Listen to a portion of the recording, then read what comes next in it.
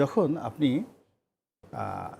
একটা জায়গাতে বসবেন, পাবলিক পারসেপশন, জনগণ আপনার কাছে কি চাচ্ছে, তো সেই জনগণ চাচ্ছে তার সঙ্গে সঙ্গে একটা চেইন অফ কমান্ড, মানে আপনার প্রশাসন বলেন সব জায়গাতে একটা চেইন অফ কমান্ড রাখতে হবে। তো সব মিলিয়ে মাসুদউদ্দিন চৌধুরীকে যে গ্রেপ্তার করা হয়েছে বা জেনারেল মামুনকে গ্রেপ্তার করা হয়েছে, এদের ভিতরে যে অভিযোগ আনা হয়েছে, সে চুরিচামারি করেছে, ম্যান পাওয়ারের ব্যবসা করেছে, তারপর ও তো স্বীকারই করেছে আমি ১,৫০০ কোটি টাকার একটা ইস্যু আছে, ওই যে জলশ্রী যে প্রকল্প, সেই প্রকল্পের হাজার হাজার কোটি টাকা লুটপাটের অভিযোগ সেখানে আছে। তো এই অভিযোগে তাদেরকে গ্রেপ্তার করা হয়েছে।